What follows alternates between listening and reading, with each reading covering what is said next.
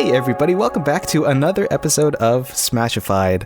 I am RT Omni, and today I am joined just by Chris. Hey everybody. And today we are doing a special character because this is a unique situation. This is the second character that we've done as a commission. Mm-hmm. Is that correct? Yep, right behind Lilac from Freedom Planet. So, if you're not familiar with this character, he is Drifter, or the Drifter, sometimes known as the Magician, but... Oh, really? Drifter from Hyperlight Drifter, yeah. So Hyperlight Drifter, if you're not familiar, is an indie game that was actually kickstarted. I don't remember what year it was actually kickstarted, but it got the trailer, if you haven't seen anything from it, the visual style of this game is so incredible. Really high quality, minimalistic pixel art. And the trailer that launched the Kickstarter was really mind-blowing, and it got really good reception, was funded pretty quickly, one of the more successful Kickstarter games that has finally released, I think released last year. But yeah, it's a really cool game that has always had my interest. I actually didn't get to back it, unfortunately, but I wanted to, and then I forgot. It's funny that you say it had your interest because it's sort of a Zelda-esque game, right? Yeah, so. Definitely very inspired by Zelda, and especially the gameplay mechanics in particular. But stylistically, it's a very interesting game. I remember being very blown away by this GIF of Drifter just doing this really crazy burst energy attack, and it was the pixel art is really small resolution, so it's you don't think that you can fit a lot of detail in an animation of that scale, but man, that is some smooth animation. Yeah. I must say. I remember watching the trailer myself and thinking they fit so much detail onto the screen. Yeah, it's crazy. It's a work of art. They get away with a lot, and it's done in a way that really leaves enough to your imagination where you can kind of fill in the gaps, but it's also still very impressive what they're able to do with that amount of scale. So but yeah, this is a character that I was actually pretty interested in doing pretty early on in the life cycle of Smashified. Yeah. And it's too bad you didn't get to back it. I didn't hear about the game until after it was already released. On launch day, actually, is when I discovered it, and I was immediately in love with it because it's just so beautiful and gorgeous, and it's that Zelda overworld style, above top down. So it caught my interest from there, and it's just been in my head ever since. It's just such a good game. Yeah, and the music too. The music that you're listening to right now it's probably very different from anything that we've used in a Smashified video before. This is music that is directly from the soundtrack of the game, and the music is very ambient in this game, and so I imagine there's not really much in the way of remixes in the community for this game, just because remixing something of this nature is very difficult to do. But we're privileged to be able to use the actual game music because this was commissioned by Alex Preston. So it was a really cool opportunity for me. Yes, especially. It was a lot of fun talking, and it is all the time talking to actual developers about their characters and their character design choices, and sort of seeing where they come from and where they'd like them to go next. And that was a big part of this because Alex gave us a early version of a 3D model that was made by one of his friends of the Drifter, and we used it as a reference at the beginning of this process, and it was sort of fun deviating from it and exploring the character some more with Alex to get as much of a Smash style as we could, and keep the detail and all the visual assets of the character very true to the nature of what was in the game. Yeah, the 3D model that we were provided with is quite different from the one that we ended up with by the end of this process. But it's interesting because if you look through the life cycle of the development of this game, and you're looking at art that was created for the Kickstarter, art that was created mid-development, and then release art that they use for promotion, you can kind of see this subtle evolution of the character design where certain details kind of solidify themselves within, it's pretty loose if you look at some of the stuff that was on the Kickstarter page. So it was interesting trying to get that design kind of sharpened to something that you can make in Smash, because with Smash you can't leave any loose ends, as you're well aware. So it was interesting trying to nail down that part of the process. Like this bracer here, like you can kind of see that hole in the arm near the elbow. Like that was a decision that I made like kind of on the spot, and that didn't make it to the final product. But it was just going back and forth with Alex and seeing like what decisions we could make that are decisions that he didn't have to make when he made the game, but we're making them now because we have so much more like a larger canvas to stipulate on all of these design elements. Yeah, it was fun filling the gaps, talking about specific materials and design choices. I just love the balance on this character. He's got a great balance to his design between the capes and the leather and the metal and the awesome blue skin that just points you towards that face of his, which is great. And like looking at this process, since it's all T-posed right now, like it's so hard to capture the feeling of the character in the T-pose because it's just such a static position for a character to be in, and it's totally unnatural. And like trying to make sure that whatever we have, whenever we get to pose this character from this T-pose, it still needs to be able to capture that same kind of essence.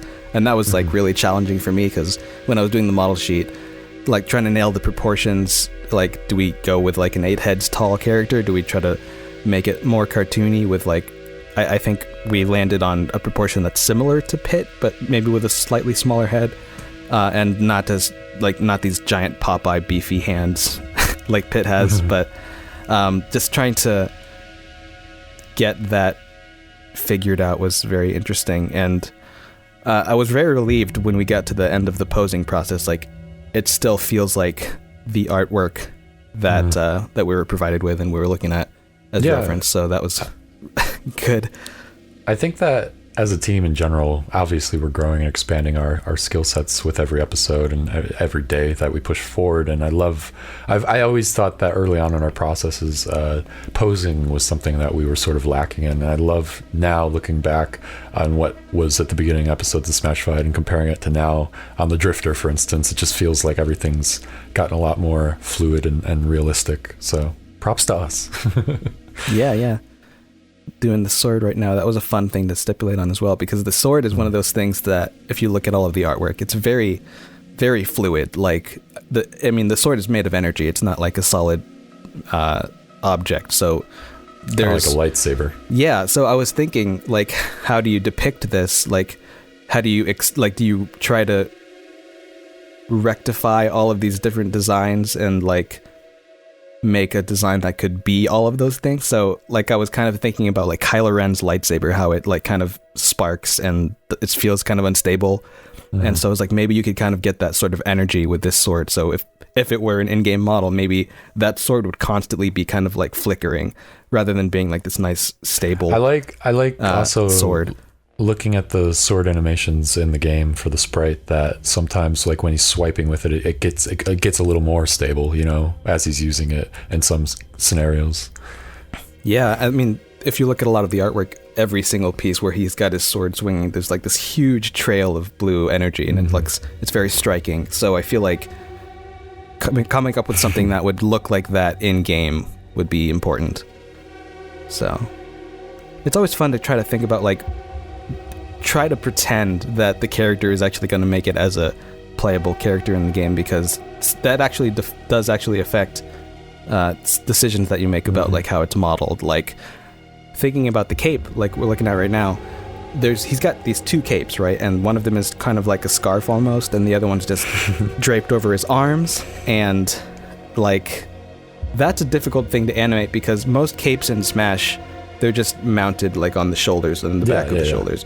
So something that would also have to conform to the arm position, but also have to be a fluid part of the mesh. It's like, is that something that you'd have to stipulate on, or would that be something you'd have to modify for that character design to work on a rigged character, or is that something that you could get away with?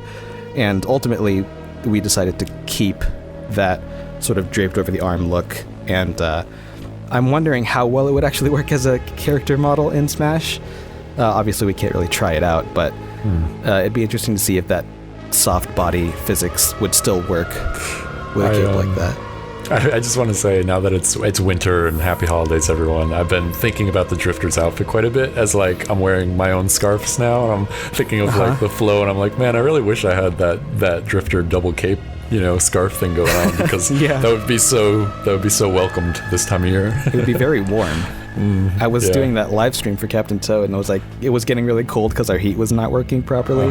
So I actually got a blanket. I was like, man, just having this blanket over my back changes a lot. So I can imagine. It's interesting as a character that he keeps his scarf over his nose, because I've tried, now that it's winter, I've worn breathing a scarf that like way that. is hard. It can be difficult. It's hard to keep it there too. It's so excellent character design. It's just, I think another part that's interesting about that scarf sort of cape, if you're familiar with the character's story, Drifter is a character who's traveling the world in search of a cure for this terminal illness, essentially, and so he's constantly like coughing up this kind of fluid, and it's like it makes sense for him to want to cover his mouth up with something that's like red, because that would kind of mask his condition, essentially.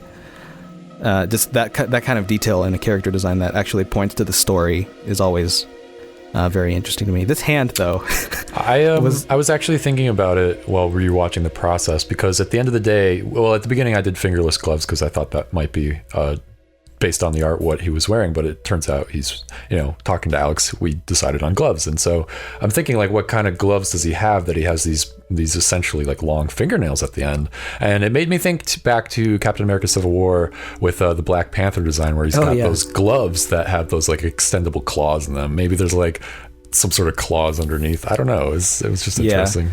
I think for this process, the fingernails kind of ended up being a lot more softened since we decided to have like cloth over it, which I don't think was captured in the recording. But that was still interesting. There. Interesting thing to try to figure out. Textures on this was a beast to figure out. Lots of worn materials, lots of parts where you have to use the alpha channel to be able to create rips. You make it look easy, though, I gotta say.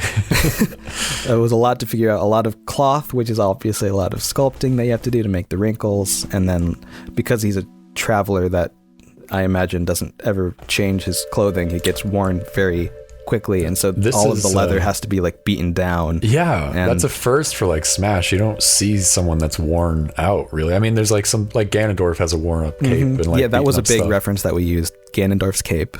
But typically in Smash 4, like all the characters are super, I don't know, for lack of a better word, just saturated, pristine, clean.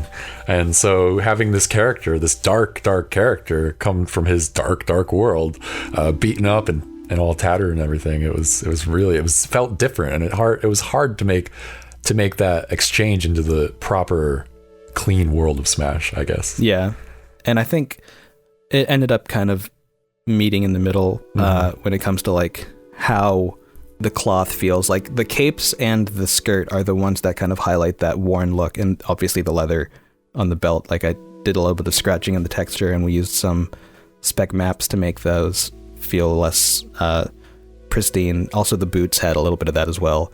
Just looking up leather boots on Google, and it's like, how would leather wear down over time? So like the front of the toes would be not as shiny anymore.